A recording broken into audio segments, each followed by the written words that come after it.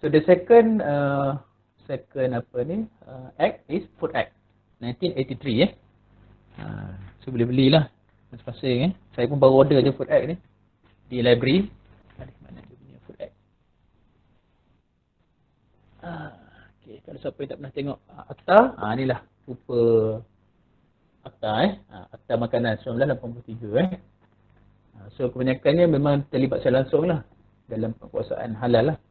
Contohnya macam yang kita dah discuss, kalau masih ingat pada minggu lepas kan dalam Daily Nutrition, sebahagiannya juga ada di cover di dalam akta makanan. Okay, kalau masih ingat definition on halal food salah satu cirinya ialah mestilah it's not excessive kan, dia punya ingredient tu tak excessive dan tidak memudaratkan kesihatan. So dekat mana kita nak refer tu? Dekat sini lah. Ada setengah bahan dibenarkan tetapi kena ada certain amount. So ada dalam ni, ada dinyatakan dalam akta makanan 1983 akta 281. Okay, so this act walaupun dalam akta ni tak ada nyatakan perkataan halal pun tak ada pun. Even kata dengan produk berasaskan babi pun ada dalam ni sebab dia makanan. Tetapi dia ada peruntukan khas. Ni yang cantik dalam ada akta ni, nyatakan bagi produk-produk yang tertentu tidak boleh dijual kepada muslim ataupun mesti dideclare sekiranya ada bahan-bahan daripada bahan yang tidak halal. Okay, so hakikatnya tidak ada dinyatakan perkataan halal pun dalam akta ni. Okay, so apa dia punya content yang ada dalam akta ni ialah provisions on labeling. Okay, labeling maksudnya kalau kita nak nyatakan kita punya produk kan, katalah macam ni, air mineral. Air ni kita nak declare air mineral ke air minuman. So ada dalam akta tersebut. Kita nak jual apa? Nak jual kopi ke nak jual kopi campuran? Kan? Kita nak jual apa? Nak jual minuman coklat ke nak jual minuman malt, malta kan? Contohnya macam contoh ni lah untuk tujuan belajar, tengok macam Milo. Cuba tengok Milo. Milo tu minuman apa? Minuman coklat ke minuman malt bercoklat? Okay. So dalam akta ni lah dinyatakan cara kita nak gunakan, labelkan produk kita. Kemudian ada juga peruntukan dalam akta ni berkaitan dengan sanitary practices. Antaranya tadilah berkaitan kalau dalam akta ni dinyatakan berkaitan dengan peraturan kebersihan makanan. Okay, peraturan kebersihan makanan. Macam mana kita nak jaga kebersihan premis, peralatan, kita punya mesin, kemudahan-kemudahan yang ada, store macam mana jaga kebersihan, personal hygiene macam mana, keperluan untuk hadir kursus bagi pengendali makanan, okay? Keperluan untuk mengadakan sistem jaminan keselamatan makanan. So ada dalam akta ni. Okay? So consumers are protected by ensuring any food supplied cannot contain elements that are harmful to the health. Okay? In terms of food preparation, sale and consumption. So the ultimate goal for this act ialah to protect the consumers. Okay? Protect the consumers from harmful. Okay? From harmful. So basically under this Food Act we have four regulations. Dia macam Food Act ni macam mak dia lah, atas besar kan. And then we have four regulations, 4 peraturan di bawah akta ni. So the first one we have food regulations yang tadi yang mention tentang penamaan tadi. Ada dalam food regulations ni. Okay, ada macam-macam jenis nama yang ada dalam food regulations ni kan. Contohnya kalau kita nak namakan produk kita apa? Susu saja kan, susu. Okay, susu apa? Susu pasteurized, susu skim, okay? Skim milk, okay? Ke flavored milk, UHT milk, macam-macam jenis susu. Susu saja pun dah banyak dalam nama. Formulated milk, powder, full cream milk. So ada keperluan-keperluannya dalam akta makanan. Tak boleh letak nama sewenang-wenangnya. Okay. Ni dalam food regulations. And then kita ada food hygiene regulations. Yang saya kata tadi, keperluan untuk sanitary procedures, sanitary practices. Untuk kita kata apa, keperluan premis, store, pengangkutan, keperluan bahan mentah, okay, kawalan operasi. Ini dinyatakan dalam food hygiene regulations. Dan peraturan-peraturan yang ada dalam Food Act ni juga ialah Food Regulations, Issuance of Health Certificate for Export of Fish and Fish Product to the European Union. Ini kalau ada company yang terlibat secara langsung, mengeksport produk ikan dan hasilan ikan ke negara kesatuan Eropah. So dia kena follow these regulations in terms of health certificate, sijil kesihatan. And then the last one is food irradiation regulation 2011. Okay, peraturan-peraturan iradiasi makanan. Okay. So apa yang dalam 1985, the food regulation 1985 tadi saya dah mention sedikit ya. So provision related to sampling procedures, labeling, packaging and so on. So antara yang concern dalam food regulation termasuklah language used. Okay, apa jenis bahasa yang kita nak gunakan, bahasa Melayu ke, bahasa Inggeris ke, ataupun dia tak nak campur dengan bahasa lain dalam label tu. Dan berapa saiz. Okay. Contoh kita tengok ni bukan saja ni saiz yang ada pada produk ni. Dia ada mesti mengikut keperluan daripada Food Regulation 1985. Size font tu. Okay. Kemudian size and color of letters kan. Contoh boleh tak kalau nak buat background gelap, tulisan gelap juga. Kalau ikut tak boleh. Kalau background gelap, tulisannya cerah. Kalau backgroundnya cerah, tulisannya mesti gelap. Dia ada dimension dalam Food Regulations. Marking the date, expiry date kena mention kan. Ataupun best before, kita dengar kan. And then the statement of the strength of ingredient and others. Keperluan untuk menyatakan senarai ramuan, ingredients yang ada dalam makanan pun termaktub dalam Food Regulation 1985. Ini konten-konten lah yang ada dalam Food Regulation 1995. Starting from preliminary until miscellaneous ni dia ada 10 parts. 10 parts. But normally kita akan refer kepada 3 part lah, labeling. Yang saya ada tanya labeling, packages for food and then standard and particulars labeling requirements for food. Ini saya kata tadi nama-nama tu. Nama-nama ni kena ikut peraturan-peraturan makanan. Contohnya kalau katalah kita jual sos tiram kan, sos tiram. Adakah betul sos tiram? Berapa kandungan tiram yang kita masukkan dalam produk kita? Ataupun sebenarnya dia adalah sos berperisa tiram. Tak ada tiram pun. Tapi dia letak nama tiram sebab apa? Dia letak perisa tiram. Yang ada apa dia? Yang ada soya. So kalau diklaim sebagai sos tiram juga adalah satu kesalahan mengikut perundangan makanan. And then the second regulations under Food Act ialah food hygiene. So basically saya kata food hygiene regulation ni adalah GMP. Good manufacturing practices. Di mana nanti detail kita akan belajar dalam semester 5 GMP. Ada satu subjek khusus berkaitan dengan GMP. So these regulations prescribe methods relating to food hygiene, including food premise, used in the preparation, preservation, packaging, storage, shipment, distribution or sale of any food such as factories, restaurant and food truck. So relevant in discussing methods related to the concept of halal dan thayyiban when hygiene and health concern including the premises of food preparation and processing. Ini berkaitan dengan hygiene and safety. So ini konten yang ada dalam food hygiene regulations. Kita ada preliminary. Dia ada berapa part ni? 7 parts. 7 parts. From preliminary until miscellaneous. So kalau kita tengok ada punya konten ni, antaranya ialah keperluan tadi registration, food premises, conduct and maintenance of food premise, food handler. Keperluan untuk food handler. So yang kisah detail nanti kita akan belajar next time. Semester 5 nanti. Berkaitan dengan GMP. But mostly antara sebab kerajaan memperkenalkan peraturan ni ialah berkaitan dengan isu pada tahun 2007. Sebab apa? Antaranya sebab ialah banyak syarikat pada waktu tersebut yang telah mempunyai HACCP, Hazard Analysis and Critical Control Point, yang mana tidak fokus kepada GMP. Yang mana sepatutnya GMP ni adalah preliminary, prerequisite. Dia mesti ada sebelum ada HACCP. Jadi banyak waktu zaman tu company yang tak comply, tambah pula company ni export ke Europe, jadi kerajaan mula jadikan sebagai bentuk peraturan kebersihan makanan. Jadi semua kena follow. Sebab kalau tak ada GMP, dia tak lengkap HACCP. Nanti tak apa. Cerita tu nanti next time saya cerita lebih detail. So tunggu sampai next time.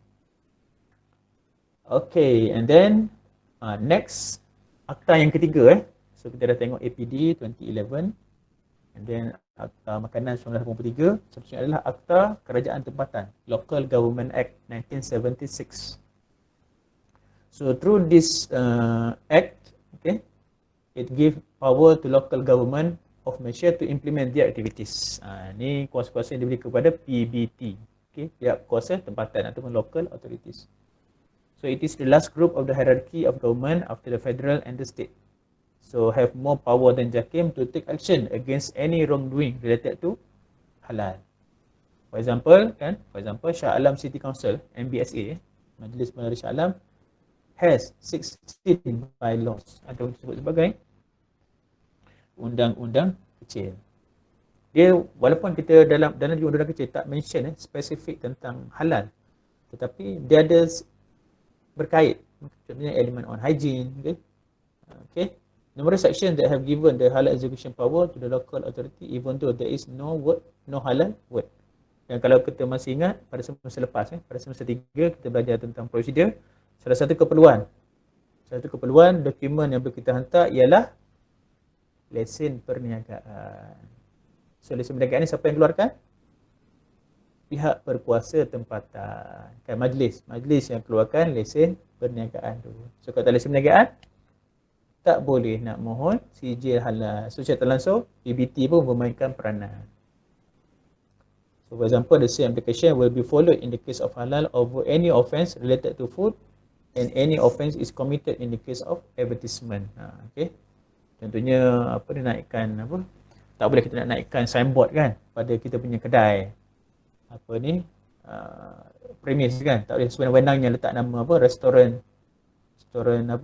Al-Malik, restoran Al-Qudus, restoran Barakah, restoran Taqwa. Tak boleh sewenang-wenangnya. Melainkan kita boleh buktikan bahawa ownernya adalah seorang Muslim. So kalau berlaku penyelewengan, PBT boleh ambil tindakan berdasarkan undang-undang kecil yang ada. So antara lain, ni lebih detail kaitan dengan section 73 ni untuk enforcement terhadap premis makanan. Okey. Ni boleh baca lah. Ada berapa ni? 1, 2, 3, 4, 5, 6. Okey. Ini berkaitan dengan Local Government Act 1976 section 73. Okey. So kita dah cover 3 akta ni yang secara tak langsung berkait dengan halal, halal enforcement. So next we go to the standard, halal food standard. So syariah laid out the foundation, principle, characteristic, values and traditions of Muslim society and divided into 2 definitions. So the first definition relates to the commands of Allah the Almighty, which encompasses all aspects of human life, and the second relates specifically to the Islamic law or fiqh. So the first definition is term Syariah Kubra, disebut sebagai Syariah Kubra, which considered as a whole comprehensive principle of a total way of life. So it is classified into 3 lah. First is Aqidah, as a foundation of belief. And then we have fiqh, or sometimes they call it as Syariah Sughra, Syariah Sughra, or Syariah law. Okay, so Syariah is not only on fiqh, but Syariah is covering all aspects of life. Understanding or knowledge of Syariah ruling relating to human conduct. And the last one is akhlaq, which is the practice, practice of virtue, morality and manners. So that is the Syariah Kubra. The second definition is term Syariah Sughra or Syariah law. Syariah law. So it means understanding or knowledge of Syariah ruling relating to human conduct derived from their respective particular evidence. So under fiqh there are 4 classifications. So we have fiqhul ibadah, we have fiqhul muamalah, fiqhul munakahat and fiqh jinayah. Okay. So the importance of halal consumption has two aspects. Okay. So first on religious, second is on scientific. Prior to the commencement of halal certification become an important factor in world trade today, Muslim communities had been firmly emphasized the halal sensitivity in their life, particularly regarding the source of end products for daily consumption and use. Maksudnya sebelum cerita tentang persijilan ke logo ni, orang Islam mesti dah diajar memang dia kena ambil yang halal. Bukannya lepas dah ada, maksudnya ada, that's why kita selalu kata, tak semestinya produk yang ada logo halal tu halal. Tetapi menjadi kewajipan internally kepada setiap Muslim mencari yang halal. Dia kena cari yang dia yakin. Kalau syubhat, kalau yang tak yakin, kena tinggalkan. That's why datangnya persijilan, dia memudahkan, membantu orang Islam untuk memilih produk yang nak diambil. So for Muslim, the selection and consumption of halal product is because accountability and belief. Okay, because of accountability and belief. Sebab dia ada satu keyakinan. Akidah kita kan. Kita yakin bahawasanya setiap yang Allah Ta'ala perintahkan tu adalah ada kebaikan dia. So sebagai hamba kita kena patuh, kena taat, membudi kan, kepada Allah Ta'ala. Allah Ta'ala kata makan, makan. Allah Ta'ala jangan makan, jangan makan. So kena follow. Allah Ta'ala kata buat, boleh buat. Jangan buat, jangan buat. So ada bentuk ubudiyah. Okay, accountability and belief. So since halal status is generated from the instruction set out in the Al-Quran and Hadith, therefore halal is considered religious obligation for Muslim, whether what is approved both in dietary intake or in actions. Bukan saja makanan tapi perbuatan. Ini kita dah discuss dulu kan dalam SEM 2 dan saya rasa detail dah diterangkan pada SEM lepas dalam halal and haram in Islam. Lebih detail kan. So by following the Islamic dietary code or guideline, the Muslim is worshipping Allah Ta'ala and this will lead to Allah's blessings to Muslim life. Okay. Apa kita makan halal sebab kita dapatkan keredaan Allah Ta'ala. Sebab itu perintah Allah kan. Itu tujuan kita mengambil yang halal. Okay. So besides, halal food contains nutrition and hygienic, which also proven by scientific research. Okay. So next we go to what is halal certification. Halal certification is a means or tools. Sama je tadi kan.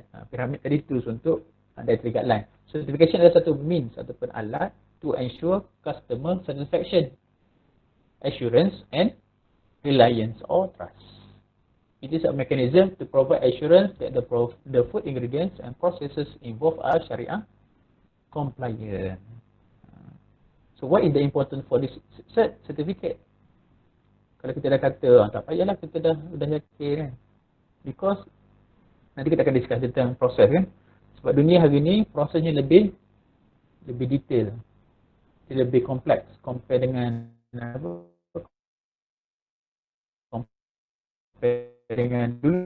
dulu mungkin dulu makan produk yang real. Produk ni banyak makan makanan yang proses dan yang mana telah ditambah dengan ingredient tertentu supaya boleh memberikan kesan kualiti kepada produk tersebut.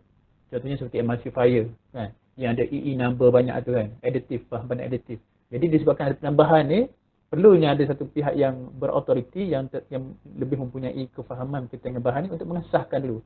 Okey, bahan tersebut boleh. Gelatin, gelatin boleh ke tak boleh. Kan, apa ni kalau produk daripada transglutaminase, adakah daripada sumber darah ataupun tidak.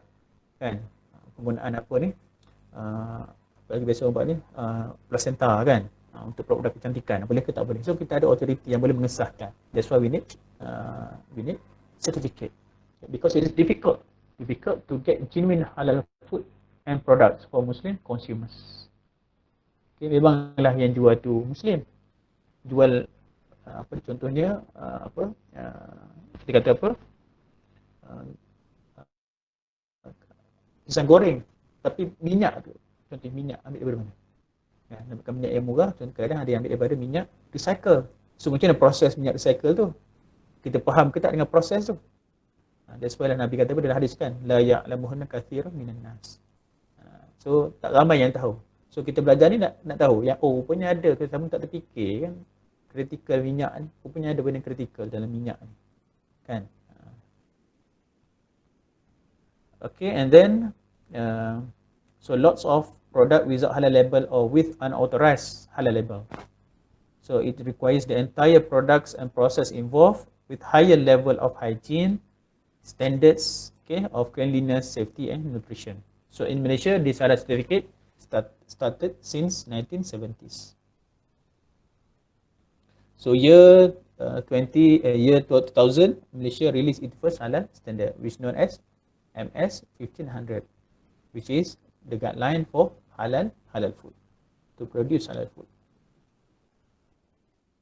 So this is some of the history for MS 1500 starting 2000, okay, until now. So the first revision is in 2004, second revision in 2009, and we have the latest revision last year in 2019 for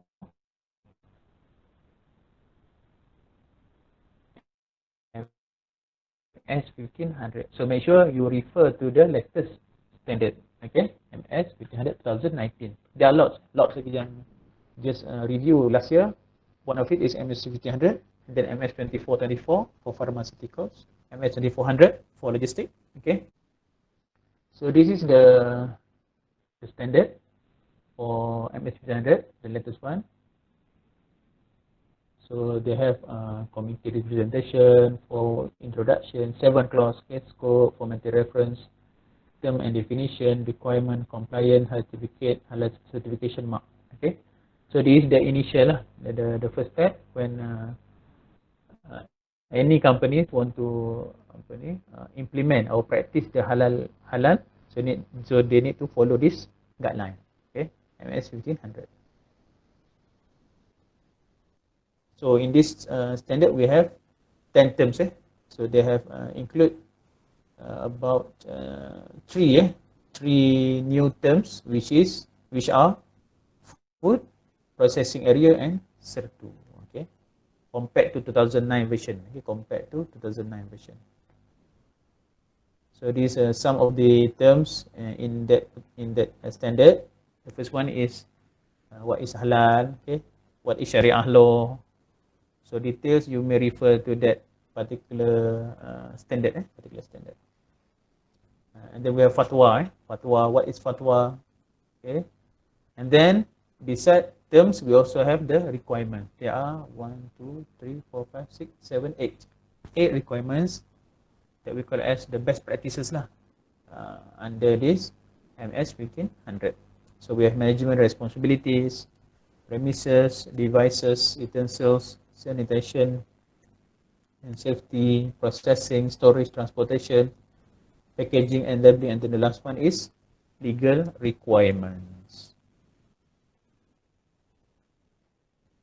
Okay, the structure, I think we have discussed earlier, right? In semester 2, in standard. Mungkin saya tak sentuh yang baru ni, penggunaan nama yang baru. Kalau dulu namanya ISC, Industry Standard Committee.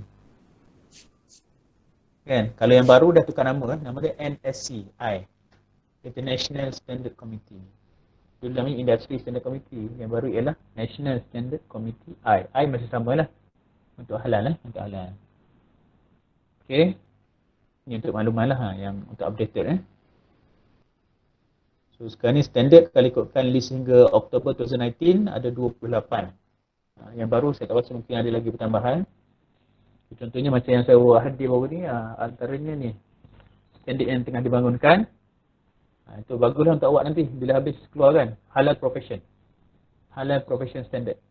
Dia ada bagilah dia punya ranking kan. Contohnya starting tu daripada halal talent. Kemudian kita akan naik jadi halal expert. Masih awak nampak dia punya kita nampak dia punya jalan nak naik tu. Daripada talent, kemudian pergi